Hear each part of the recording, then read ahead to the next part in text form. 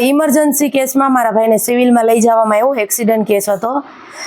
ત્યાંથી અમે તેને લઈ ગયા એમને, એટલે એમની ફાઇલ કઢાવવા માટે લાઇનમાં ઊભા રહ્યા. પહેલાં લાઇનમાં ઊભા રહી અને પછી ત્યાં નિરાતે ફાઇલ કાઢતા હતા. ફાઇલ કાઢી અને એના પછી અમે લોકોએ તેને એમ કીધું કે હાલો હવે ફાઇલ નીકળી ગઈ છે, હવે લઈ જાઓ. તો એમણે એમ કીધું કે 2 વાગી ગયા છે, અમારા લોકોનો જમવાનો ટાઈમ થઈ ગયો છે, અમારા લોકોને લંચ બ્રેક છે. ત્યાંથી તેને સ્ટ્રેચરમાં કોઈ લઈ જવા તૈયાર નહોતું. એને 4થા માળે અમે લોકોએ પહોંચાડ્યો. 4થા માળે પહોંચાડી અને ત્યાં મેડમ નિરાતે ફાઇલ જોવે છે. મેડમ હવે ફાઇલ આવી ગઈ, હવે તમે લ્યો આમને સારવાર માટે. તો એ કે નિરાતે થશે.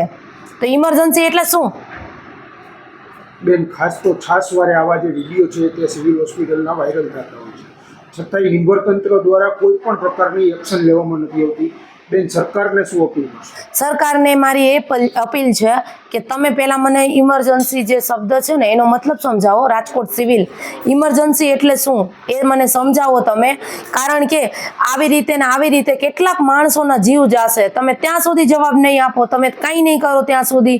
વારે ઘડીએ તમે લોકો ખાતરી આપો છો કે હવે બીજી વાર આવું નહીં થાય, હવે થઈ જશે. તો આ મારી સાથે થયું. તમે ગરીબ માણસનો તો અવાજ દબાવી જ દેતા હશો ને. એને તો આ લોકો કોઈ જવાબ જ નહીં દેતા હોય સ્ટાફવાળા. બેન, ખાસ તો હવે માંગણી શું છે? મારી માંગણી એ છે કે ઇમરજન્સીનો મતલબ સમજાવો, અને જ્યાં સુધી એ નહીં સુધરે ને ત્યાં સુધી હું કોઈને મૂકીશ નહીં.